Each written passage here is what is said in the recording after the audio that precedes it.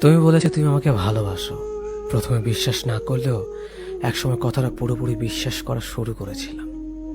তুমি বলেছিলে জীবনের সবচেয়ে কঠিন মুহূর্ত পাশে থাকবে, কিন্তু খুব সহজ মুহূর্তগুলোতেই ছেড়ে চলে গেলে।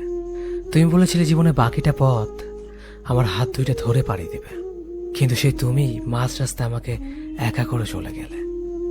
তুমি বলেছিলে হাসলে আমায় খুব সুন্দর লাগে, কিন্তু তুমি নিজেই আমাকে হাসতে দাওনি। আমার প্রত্যেক ফোঁটা চোখের অশ্রুর জন্য তুমিই দায়ী। তুমি বলেছিলে আমাদের মধ্যে ঝগড়া হলেও কখনো বিচ্ছেদ হবে না। আমি সেই কথাটা মেনে নিয়েছিলাম। আমার দিক থেকে আজ পর্যন্ত বিচ্ছেদ হয়নি, কিন্তু তুমিই চলে গিয়েছিলে। তুমি প্রতিজ্ঞা করেছিলে কখনো ছেড়ে যাবে না, কিন্তু দেখো দিন শেষে তুমিই আমাকে একা করে চলে গেলে।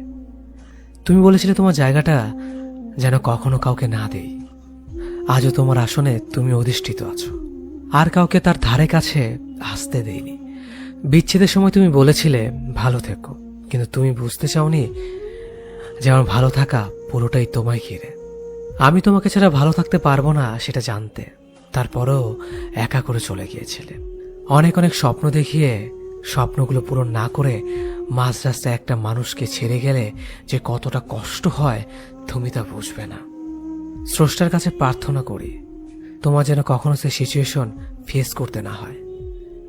আজ আমি ভালো আছি, অনেক ভালো আছি। তোমার জন্য যে বন্ধুদের ছেড়েছিলাম তুমি চলে যাওয়ার পর, তারাই আমার দুঃখ কষ্টের সাথী হয়েছিল। তোমার জন্য যে বাবা মাকে ছাড়তে চেয়েছিলাম, তারাই আমাকে তাদের নিজের হ্যাপিনেস ভাবে। আমি চলে গেলে হয়তো তারা বাঁচতে পারতো না। তুমি আমাকে ছেড়ে না গেলে হয়তো কখনো বুঝতে পারতাম না মানুষগুলো আমাকে কতটা ভালোবাসে। তুমি আমার জীবনে সর্বোচ্চ বাস্তবতা দেখিয়েছ। তুমি ছেড়ে না গেলে হয়তো পৃথিবীর 90% মানুষ চিনতে আমি ভুল করতাম। আমি কৃতজ্ঞ তোমার কাছে। তোমার এই বেইমানি, এসব অভিনয়ের জন্য আমি সত্যিই কৃতজ্ঞ। তবে একটা কথা যেটা আমি বিশ্বাস করি, প্রত্যেকটা নামাজে মোনাজাতে চাওয়া মানুষের প্রতি ভালোবাসা কখনো মিথ্যে হতে পারে না। আমিও তোমাকে ঠিক সেইভাবেই চাইতাম।